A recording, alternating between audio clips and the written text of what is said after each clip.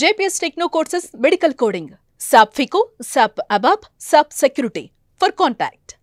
ఇప్పుడు బాహుబలిలో బల్లాల దేవ ఫస్ట్ మీరు చేయాలి క్యారెక్టర్ అంటే వాళ్ళు అప్రోచ్ అయ్యారు.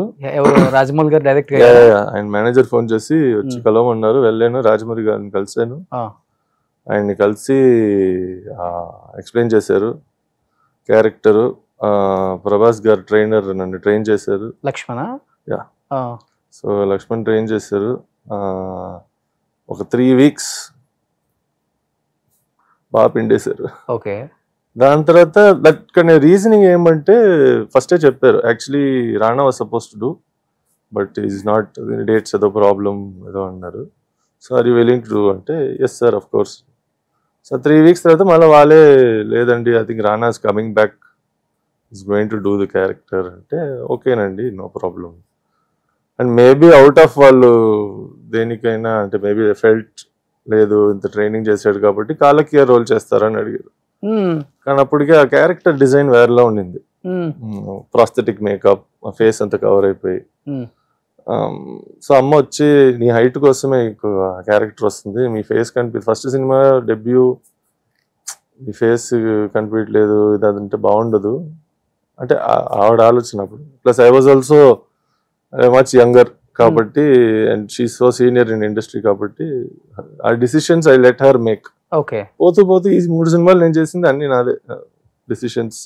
మెరిట్ అంటే జయసుధ కొడుకు కాబట్టి రాలే ఈ 3 సినిమాలు. సో కాలకేయ క్యారెక్టర్ అమ్మొద్దన్నారు అప్పుడు వద్దన్నారు. కానీ అది ప్రాస్థెటిక్ మేకప్ అనుకున్నా కానీ అక్కడ క్యారెక్టర్ అనేది ఎలివేషన్ చాలా బాగుంటది కదా అసలు. ఫస్ట్ ఆఫ్ ఆల్ ఎవరి క్యారెక్టర్ చేసింది అనేది డెఫినెట్ గా వస్తుంది ఆడియన్స్.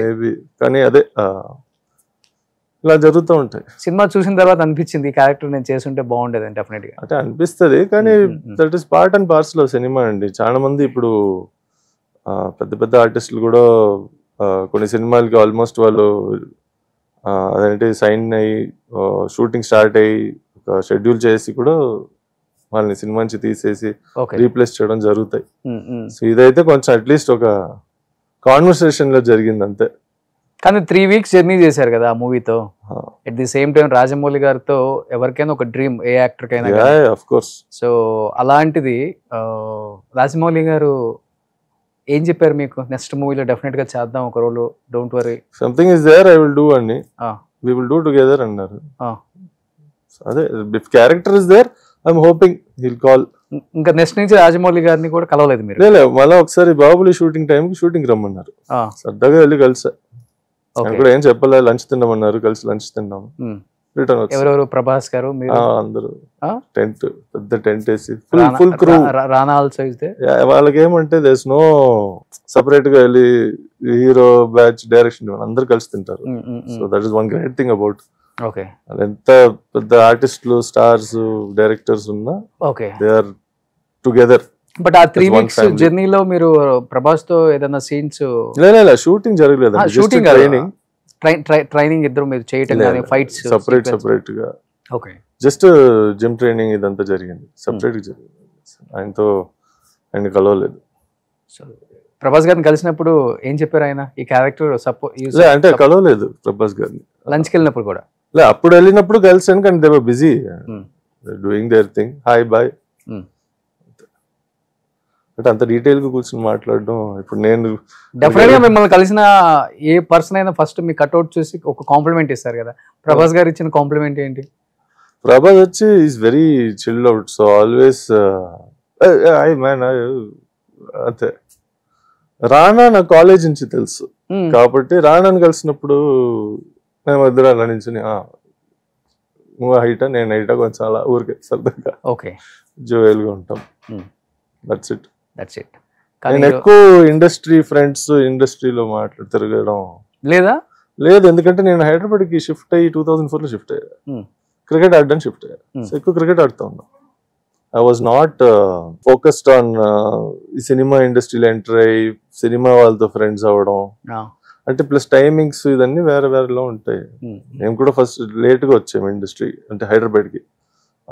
చాలా మంది తెలుగు ఆర్టిస్టుల ఫ్యామిలీ చెన్నైలో పుట్టి పెరిగారు కానీ షిఫ్ట్ అయ్యాం.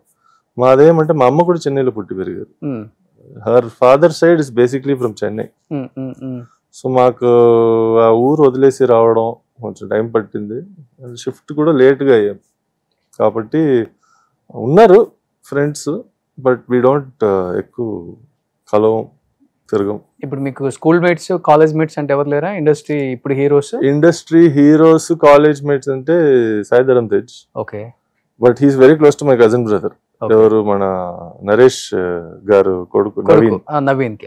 సో మాకేమంటే ఎనీ ఫెస్టివల్ అంటే మరి ఎస్పెషల్లీ దీపావళి వాళ్ళ ఇంటికి వెళ్తాం. సో ఎప్పుడు కలుస్తాం. సో అలాగే ఆ బ్యాచ్, ఆ గ్రూప్ లో మనోజ్, మంచు, ఇలా 2-3 ఉన్నారు కాబట్టి ఆ గ్యాంగ్ అప్పుడప్పుడు వాళ్ళతో కలుస్తాం. బట్ అదర్వైజ్ పర్సనల్ గా నా ఫ్రెండ్స్ అందరూ బ్యాంకింగ్, ఐటీ అంతే. ఈ స్కూల్ కాలేజ్ లో కూడా లేరు మీకు? School college. Okay. Naga Chaitanya కూడా యాక్చువల్ గా బ్యాచ్ మేట్ కాలేజ్ లో. అది కాలేజ్ వరకే కలిస్తే, బయట హై బై. ఓకే. సో మీరు ఆల్మోస్ట్ అమ్మ చాలా లేట్గా వచ్చారు కదా హైదరాబాద్ షిఫ్ట్ అవడం. ఇప్పుడు పిన్ని అక్కడే ఉన్నారు కదా అందరు, మొత్తం rest of the family Chennai. Okay, అక్కడే ఉన్నారు. మేము అంటే నేను యాక్చువల్లీ ఫస్ట్ నేను షిఫ్ట్ అయ్యా క్రికెట్ ఆడడానికి. అంటే తమిళనాడు టీంలో కొంచెం అప్పుడు ఛాన్సులు దొరకడం కష్టం. ఓకే. కాబట్టి హైదరాబాద్కి షిఫ్ట్ అయ్యాను. ప్లస్ అమ్మ మెల్లిగా ఒక 1 year 2 years లో, అక్కడ ఇల్లు ఉండేది చెన్నైలో, ఆ 1-2 years లో మెల్లిగా ఇల్లు అమ్మేసి ఇక్కడ టోటల్గా షిఫ్ట్ అయిపోయాను. ఓకే.